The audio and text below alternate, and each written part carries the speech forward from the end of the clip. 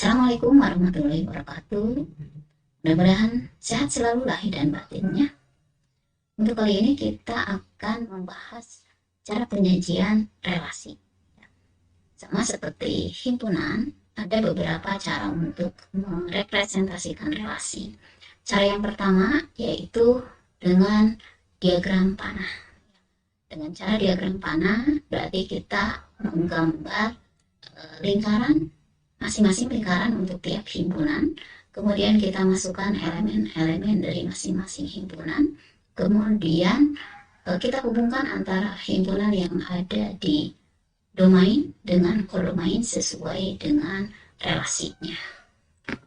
Misal, untuk contoh yang pertama, berarti himpunan A ini adalah domainnya, sedangkan himpunan B ini adalah kodomainnya. Pada relasi di gambar yang pertama, Amir direlasikan dengan IF 323. Amir mengontrak IF 323. Berarti kita hubungkan Amir dengan IF 323. Kemudian Amir mengontrak juga IF 251, sehingga kita hubungkan Amir dengan IF 251. Budi mengontrak dua mata kuliah, yaitu IF 221 dan IF 251. Sedangkan Cecep mengontrak hanya satu mata kuliah saja, yaitu IF 323. Nah, ini adalah representasi diagram panah untuk relasi antara mahasiswa dengan mata kuliah yang dikontraknya. Untuk yang kedua, yaitu relasi habis membagi, berarti kita lihat untuk yang P ada memiliki 3 elemen, yaitu 2, 3, dan 4, dan Q memiliki 5 elemen, yaitu 2, 4, 8, 9, dan 15. Ya. 2 habis membagi 2, 4, dan 8, sehingga angka 2 kita hubungkan dengan 2, 4, dan 8 di himpunan Q. Kemudian 3 habis membagi 9 dan 15, sehingga ada 2 garis yang menghubungkan angka 3 dengan elemen yang ada di Q, yaitu angka 9 dan 15, dan 4 habis membagi 4 dan 8, sehingga ada 2 garis yang menghubungkan angka 4 dengan angka 4 dan 8 yang ada di himpunan Q.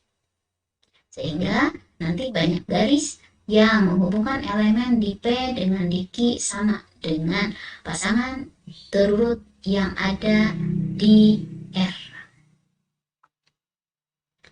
Yang ketiga adalah relasi khusus dari suatu himpunan, yaitu relasi himpunan A terhadap himpunan A, di mana relasi ini menyatakan bahwa elemen di A merupakan faktor prima dari elemen di A itu sendiri, ya. Sehingga berarti dua lingkarannya sama, yaitu sama-sama himpunan A, kemudian elemennya juga sama, cuma untuk yang domainnya berarti hanya yang digunakan hanya 2 dan 3 saja, karena yang merupakan bilangan prima dari himpunan A hanya 2 dan 3. Kemudian 2 merupakan faktor prima dari 2, 4, dan 8, sehingga angka 2 dihubungkan dengan angka 2, 4, dan 8, sehingga ada 3 garis dari angka 2 ke elemen yang ada di himpunan. Kemudian 3 habis membagi 3 dan 9, sehingga hanya ada 2 elemen saja, yang hanya ada 2 garis saja yang menghubungkan 3 dengan 2 elemen yang ada di himpunan A, yaitu 3 dan 9. Itu untuk cara penyajian relasi dengan diagram panah. Yang kedua, menyajikan relasi dengan tabel, ya. Pada tabel di sini berarti kolom pertama itu adalah domainnya, sedangkan kolom yang kedua itu adalah kodomainnya atau daerah hasilnya. Namun penyajian relasi dalam bentuk tabel ini tidak lazim dilakukan, ya. Untuk relasi yang pertama, Ya, hubungan antara mahasiswa dengan mata kuliah yang dikontraknya berarti bisa digambarkan di sini. Berarti kolom yang pertama itu adalah domainnya A, terdiri dari 3 mahasiswa yaitu Amir, Budi, dan Cecep.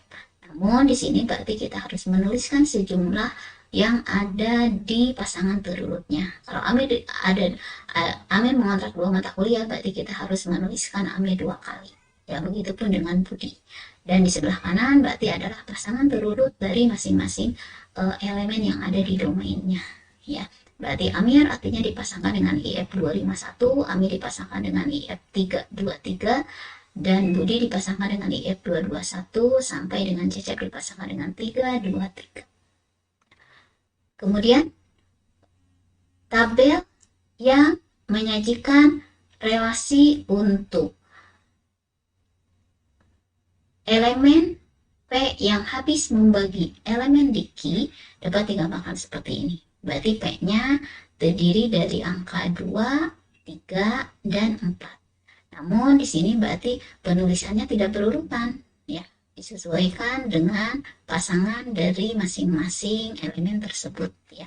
Untuk kalau Q yang ditulis berurutan dari 2 sampai dengan 15, berarti ini juga sama, berarti kalau memiliki 2 pasangan berarti dituliskannya double, ya. Sehingga berarti angka 2 itu habis membagi angka 2, kemudian berarti ditulis sesuai ini, 2 habis membagi 2, 2 habis membagi 4, kemudian 2 habis membagi 8, 4 habis membagi 4, 4 habis membagi 8, kemudian 3 habis membagi 6, dan 3 habis membagi 16. Berarti nanti jumlah barisnya akan sesuai dengan banyaknya elemen pasangan terurut yang ada di dalam R tersebut. Sedangkan tabel yang ketiga itu adalah contoh penyajian relasi dalam bentuk tabel untuk relasi khusus, ya, atau relasi dari suatu himpunan, di mana di sini berarti faktor prima yang habis membagi elemen yang ada di A, ya. Berarti domainnya tetap himpunan A, kodomainnya juga tetap himpunan A. Berarti cuma di yang domain berarti hanya angka 2 dan angka 3 saja. Karena yang merupakan faktor prima di A itu hanya 2 dan 3 saja. Penulisannya sama seperti tadi, karena di sini ada 5 elemen, berarti 3 memiliki 3. Angka 2 memiliki 3 pasangan, berarti angka 2 ditulis 3 kali, dan angka 2 memiliki 2 pasangan, berarti ditulis 2 kali. Ya, kemudian pasangannya ditulis sejajar dengan pasangan terurut yang ada di R. Berarti 2 dipasangkan dengan 2, 2 dipasangkan dengan 4, 2 dipasangkan dengan 8, 3 dipasangkan dengan 3, dan 3 dipasangkan dengan 9. Itu representasi dengan tabel yang tidak lazim dilakukan, ya. Yang ketiga, representasi dengan matrik, ya. Penyajian relasi dengan matrik ini adalah penyajian matrik yang zero one, ya, yang elemen-elemennya terdiri dari angka 1 dan angka 0 saja. Dimana berarti pada R ini relasi yang menghubungkan himpunan A yang memiliki elemennya adalah A1, A2 sampai dengan AM, dan himpunan B yang elemennya adalah B1, B2 sampai dengan BN. Sehingga relasi R dapat disajikan dalam bentuk matrik M dengan elemen adalah MIC, ya. Di mana I menunjukkan elemen yang berada di baris dan J adalah elemen yang ada di kolom. Nah, sehingga apabila kita gambarkan dalam bentuk matrik, berarti tadi elemen-elemen yang ada di domain berarti elemen-elemen yang berada di baris, ya. Berarti A1, A2, A3, dan elemen-elemen yang berada di kodomain adalah elemen-elemen yang ada di kolom, ya. Sehingga perpotongan antara elemen di baris dan di kolom berarti itu adalah elemen dari M, ya. Nah, di sini berarti kita gunakan angka 1 apabila memang direlasikan, kemudian dan nilainya adalah 0 apabila tidak direlasikan. Contoh, misalkan pada contoh yang tadi, yang relasi antara mahasiswa dengan mata kuliah yang dikontraknya, berarti di sini nanti karena domainnya terdiri dari 3 elemen, berarti akan ada 3 baris, dan kodomainnya itu ada 5 elemen, maka menjadi 5 kolom ya, sehingga matriknya berukuran 3 kali 5, 3 kali 4, maaf ya, ini kan mata kuliahnya sama ya, berarti 3 kali 4 ya, sehingga berarti di sini berarti baris pertama itu untuk Amir ya, kemudian baris yang kedua itu untuk Budi, dan baris yang ketiga untuk Cecep. Kolom yang pertama berarti IF 111 ya, IF 232 ya, IF 232, sebentar maaf, berarti 111 sebentar, nah ini ya, nah berarti untuk yang B1 nya berarti IF 221 ini, yang ini untuk yang 221, kemudian berikutnya yang kedua 251, ini 251 ya, kemudian yang ketiga ini 342,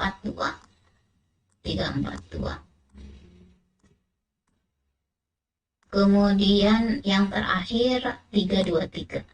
Ini antara yang di sini dengan di sini agak berbeda ya, tinggal disesuaikan saja, berarti 323. Nah, berarti kita lihat di sini Amir dipasangkan dengan IF 323. Amir dipasangkan dengan IF 323. Ini Amir dipasangkan dengan IF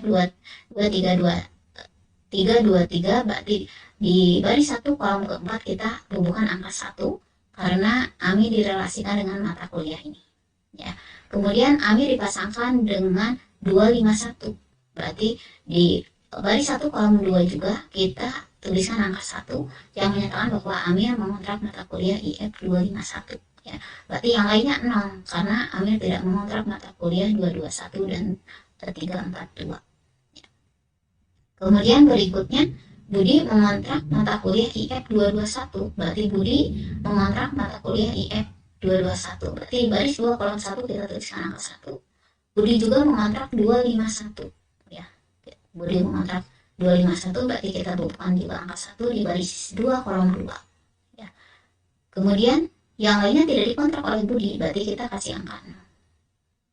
Yang terakhir Cecep yang mengontrak 323, berarti di baris ketiga kolom keempat kita bubuhkan angka 1, yang lainnya berarti 0. Nah, ini adalah matrik yang menyatakan relasi dari mahasiswa dengan mata kuliah yang dikontraknya. Nah, berikutnya untuk relasi yang menyatakan habis membagi ya, habis membagi, berarti di sini angkanya itu ada 3, yaitu 2 ya, yang domain berarti terdiri dari 2, 3, dan 4 ya. Kemudian yang kodomainnya terdiri dari 5 bilangan, yaitu 2. Kemudian berikutnya itu adalah 4 ya, 4. Berikutnya 8, 9, dan 15 ya.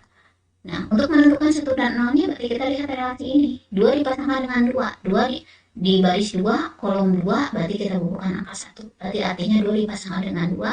2 dipasangkan dengan 4. Berarti di baris 1 kolom 2 kita bubuhkan angka 1 juga. Kemudian berikutnya 2 habis membagi 8. Yang ini 2 habis membagi 8. Berarti di angka 8 kita di kolom yang ketiga pas angka 8 kita bubuhkan angka 1 juga, berarti 2 habis membagi 2, 4, dan 8. Kemudian untuk yang kolom keempat dan kolom kelima kita tuliskan angka 0 karena 2 tidak habis membagi 9 maupun 15 ya.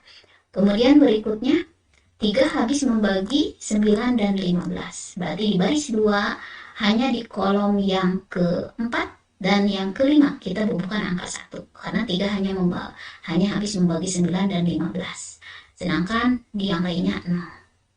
Dan yang terakhir 4 habis membagi 4 dan 8. Berarti kita tuliskan angka 1 di kolom 2 dan kolom 3, karena 4 habis membagi 4 dan 8, yang lainnya 0. Nah, ini adalah representasi matrik untuk relasi habis membagi. Yang terakhir, representasi relasi secara grafis, yaitu dengan graf berarah, ya, atau biasa juga disebut dengan direct graph atau digraph, ya. Nah, graf berarah di sini tidak didefinisikan untuk merepresentasikan relasi dari satu himpunan ke himpunan lain, ya. Jadi ini digunakan untuk merepresentasikan relasi pada suatu himpunan, bukan dari satu himpunan ke himpunan yang lainnya. Pada graf ini, tiap elemen pada himpunan disimbolkan atau dinyatakan dengan sebuah titik, atau sebuah node, atau sebuah pertek, atau sebuah simpul. Dan tiap pasangan terurut dinyatakan dengan busur. Jadi relasi yang menyatakan satu pertek dengan pertek lain dihubungkan dengan sebuah garis atau sebuah busur, atau disebut arcus, ya. Jika pasangan A dan B elemen dari R, maka sebuah busur dapat dibuat dari simpul A ke B, di mana A ini disebut sebagai simpul asal atau inisial pertek, dan B itu disebut dengan simpul tujuan atau terminal pertek. Sedangkan untuk pasangan terurut A dan A dinyatakan dengan busur dari simpul A menuju simpul A itu juga, ya. Nah, sehingga simpul ini disebut juga sebagai kalang atau loop atau gelang. Contoh, misalkan di sini R itu adalah sebuah relasi yang menghubungkan A dengan A dengan B, B dengan A, B dengan C, B dengan D, C dengan A, C dengan D, dan D dengan B, dari sebuah himpunan yang elemennya terdiri dari A, B, C, D. Nah, berarti untuk menggambarkan dari relasi tersebut, ya, kita lihat A dengan A, berarti kita buat garis dari A menuju A. Ini yang disebut dengan loop atau kalang atau gelang. Kemudian A dihubungkan dengan B, berarti A dihubungkan dengan B. Karena A dihubungkan dengan B, maka tanda panahnya menuju ke B, ya, tanda panahnya menuju ke B. Kemudian B dihubungkan dengan A, B dihubungkan dengan A, berarti dari tanda panahnya dari B menuju A. Kemudian berikutnya dari B menuju C, dari B menuju C, B dihubungkan dengan C, berarti kita buat seperti ini, ya. Kemudian B ke D, B ke D, ya. Ini B banyak nembak, ya, ke A, ke D, ke C, gitu. Kemudian C menuju A, C menuju A, ya, C menuju A. Kemudian C menuju D, C juga sama, nembak C sama A, ya. Kemudian D menuju B, D menuju B, ini. Nah, berarti kita lihat nanti jumlah garis yang menghubungkan elemen-elemen tersebut sama dengan banyaknya pasangan terurut di dalam R, ya. Kita lihat di sini ada 1, 2, 3, 4, 5, 6, 7, 8. Berarti di sini juga harus ada 8 garis. 1, 2, 3, 4, 5, 6, 7, 8. Gitu, ya. Nah, yang penyajian relasi dalam bentuk matriks dan dalam bentuk graf berarah nanti akan sangat membantu kita apabila kita melihat sifat-sifat dari sebuah relasi. Jadi cara mudah untuk memahami sifat-sifat dari sebuah relasi yaitu dengan menggunakan gerak berarah dan juga dalam penyajian bentuk matrik zero one, ya, sehingga ini akan banyak digunakan untuk kedepannya. Selain itu juga untuk bahasan graf yang lebih khusus akan dibahas di bab 8. Jadi tadi penyajian relasi ada 4 cara, ada dalam bentuk diagram panah, kemudian dengan tabel yang tidak lazim dilakukan, kemudian dalam bentuk matrik yang nanti akan banyak digunakan ketika kita sudah membahas tentang kombinasi relasi, komposisi relasi, dan sifat-sifat relasi, dan yang terakhir dengan gerak berarah. Ini juga mempermudah kita nanti untuk menentukan sifat-sifat dari sebuah relasi. Mudah-mudahan bermanfaat. Sekian, terima kasih. Assalamualaikum warahmatullahi wabarakatuh.